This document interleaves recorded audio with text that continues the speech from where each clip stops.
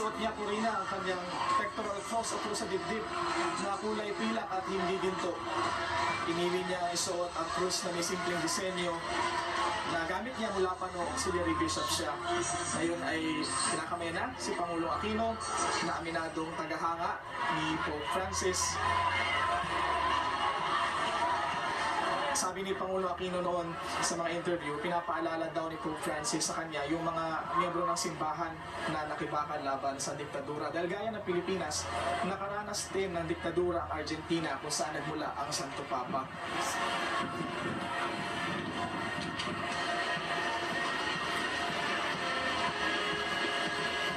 Tutungtong muna sila sa ceremonial days para sa pagtugtog ng papal anthem at pambansang awit. Pakinggan natin at tunghayan ang seremonya.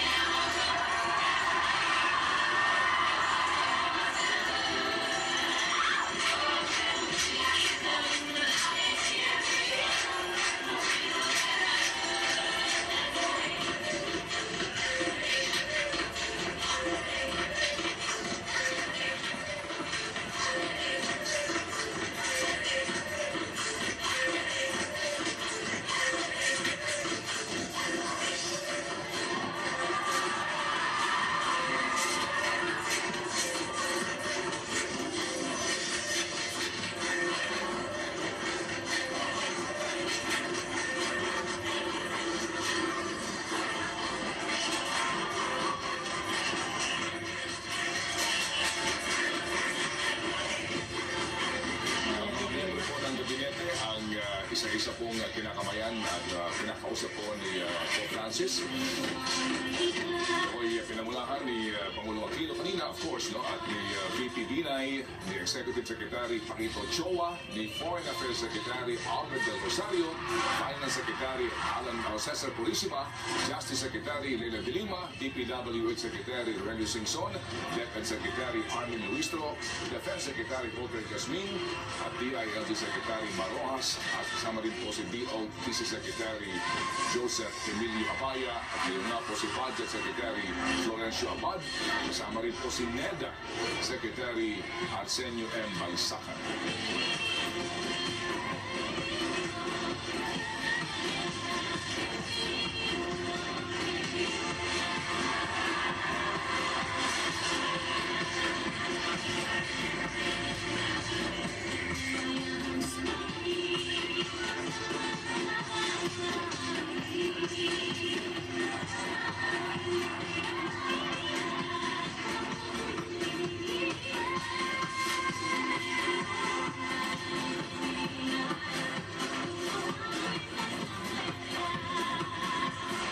Pagkatapos po nitong pagbabati dito sa Santo Papa, ngayon po naman ay ng ang delegasyon ng Simbahan Katolika, didiretso po sa Kalayaan Lounge sina Pinoy at Pope Francis bago siya sumakay ng Pope Mobile papuntang Papal Nunciature sa Taft Avenue. Ted, alam mo ba, 3 pa lang gagamitin Pope Mobile ni Pope Francis. 2 dito sa mga Pope Mobile na ito ay gawa sa Pilipinas. Ang jeepney-inspired na Pope Mobile at mayroong isa pa.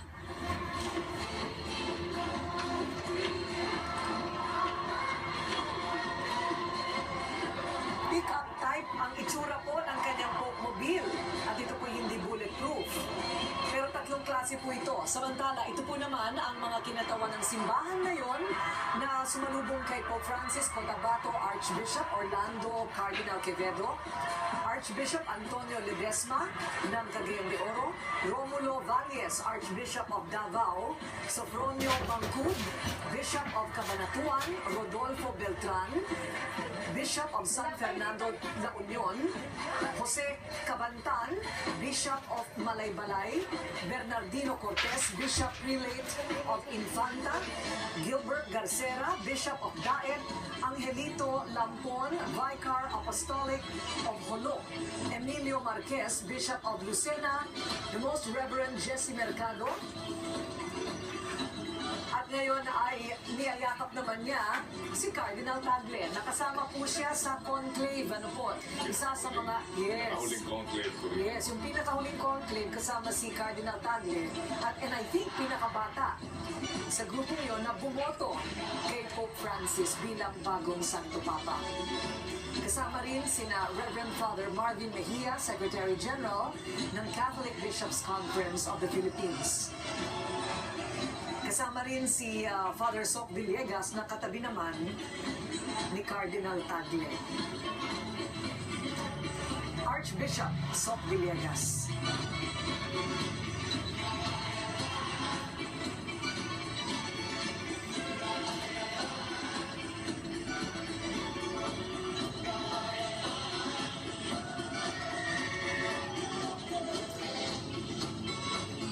Nais talaga ni Pope Francis na open at saka hindi bulletproof ang kanyang Pope Mobile. Sasakyan po niya yan mamaya dahil mas mapapalapit daw siya sa mga tao at mas maririnig at mapapakinggan sila. At sa pamamagitan nito, gusto rin niyang ipakita na ang Santo Papa ay abot ng lahat. At ito na po ang kilalang-kilalang ngiti ni Pope Francis.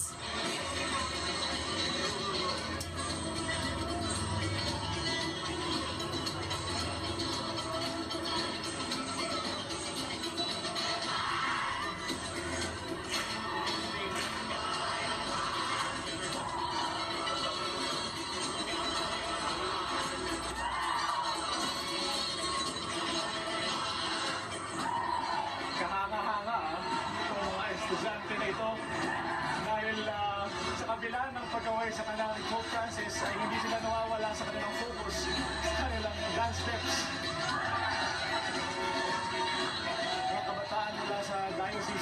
Paranaque.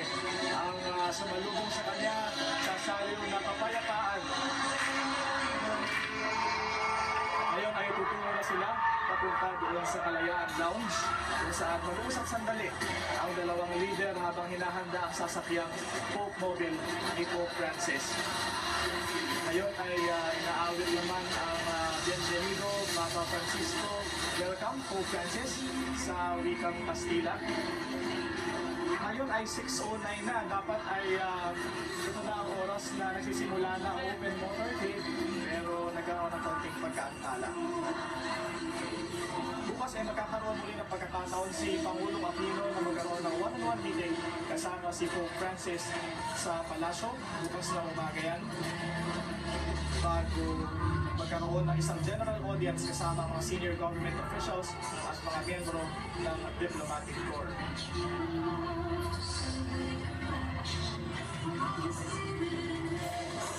Sa ngayon ay nasa loob na sila ng Kalayaan Lounge.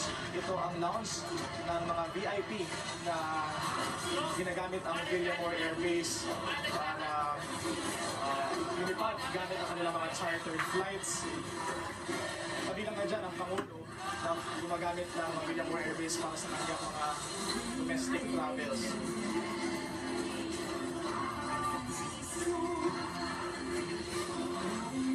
Maya-maya ay makikita na natin ang Pope Mobile na pasadya ng kumpanyang Gen Cars kasama ang Almazora Motors batay sa disenyo at rupado ng Vatican.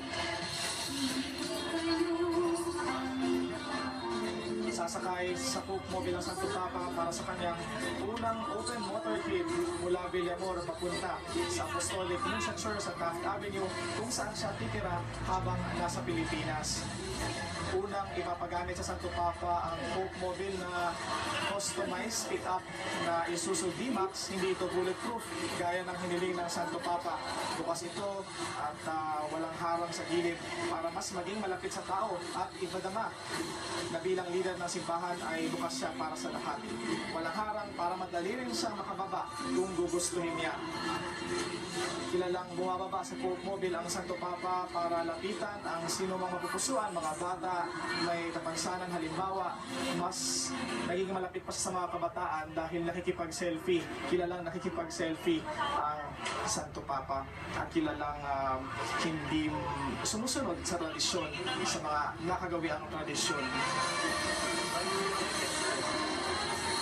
Siya ay lalabas mula sa Gate 5 ng Villamor Air Base at magtutungo ng Andrews Avenue.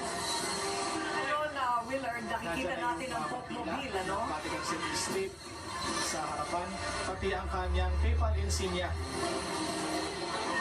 Nandyan yung nakakrus na susi ni San Pedro, ang corona o tiara na sumasalisag sa trabaho ng Santo Papa bilang Supreme Pastor, Supreme Teacher, at Supreme Priest.